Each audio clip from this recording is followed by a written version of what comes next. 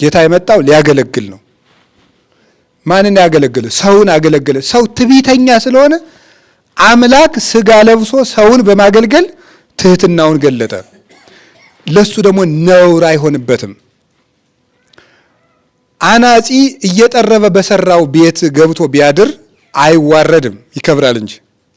እግዚአብሔር በፈጠረው ሰውነት ስጋ ለብሶ ቢወለድ ነውር አይሆንም፣ ለሱ ሁሉ ይቻለዋልና።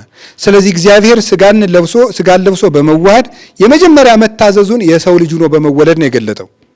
ከዚያ በኋላ ለእናት አባቱ እየታዘዘ አደገ አይደል? እንዘይጤዝ ልህቀ በበቅ ዘይጤዝ ለአዝማዲሁ፣ ለዘመዶቹ እየታዘዘ አደገ፣ ለእናቱ እየታዘዘ ተብሎ ሉቃስ ወንጌል ምዕራፍ 2 ላይ እንደተገለጸ በመታዘዝ አደገ። ከዚያ በኋላ ታዘዘ እስከ ለሞት ወሞቱ ይዘበ መስቀል እንዳለ ቅዱስ ቄርሎስ እስከ ሞት ድረስ ታዘዘ። ሞቱን በመስቀል የሆነ ነው። ቅዱስ ጳውሎስ ያዘዘ የተናገረውን ቅዱስ ቄርሎስ እንደተረጎመው። ስለዚህ እስከ ሞት ታዘዘ።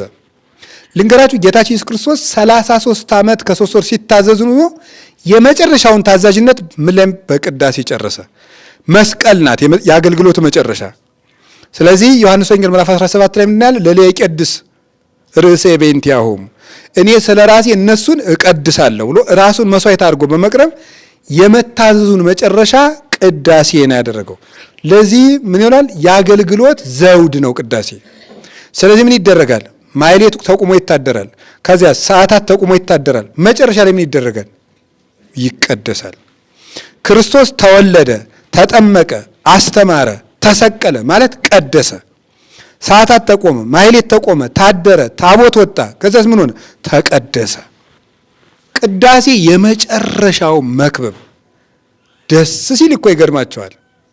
ጌታችን ኢየሱስ ክርስቶስ በሶስት ግብራት የሚገለጥበት፣ መስዋዕት ሆኖ የሚሰዋበት፣ ሊቀ ካህናት ሆኖ ደግሞ በካህኑ እጅ የሚያከብርበት፣ ንጉሥ ሆኖ የሚመለክበት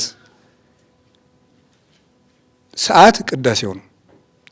መስዋዕታችን ክርስቶስ እንመገበዋለን። ሊቀ ካህናታችን ኢየሱስ ክርስቶስ እሱ በዕለተ ዓርብ ያቀረበው መስዋዕትነት የእርቅ በር አድርገን ወደ ራሱ ወደ አባቱ ወደ መንፈስ ቅዱስ እንገባ ዘንድ ሞገስ የምናገኝበት፣ በሱ ፊት ደግሞ እንደ ፍጡርነታችን ለአገልግሎት ለአምልኮ የምንበረከክበት፣ ሶስቱንም የምናሟላበት ሰዓት ነው። ቅዳሴው ላይ የክርስቶስ ንጉስነቱም ሊቀ ካህናትነቱም መስዋዕትነቱም ሙሉ ይሆናል። ሙሉ የምንሆንበት ሙሉ አገልግሎታችን ቅዳሴ ነው።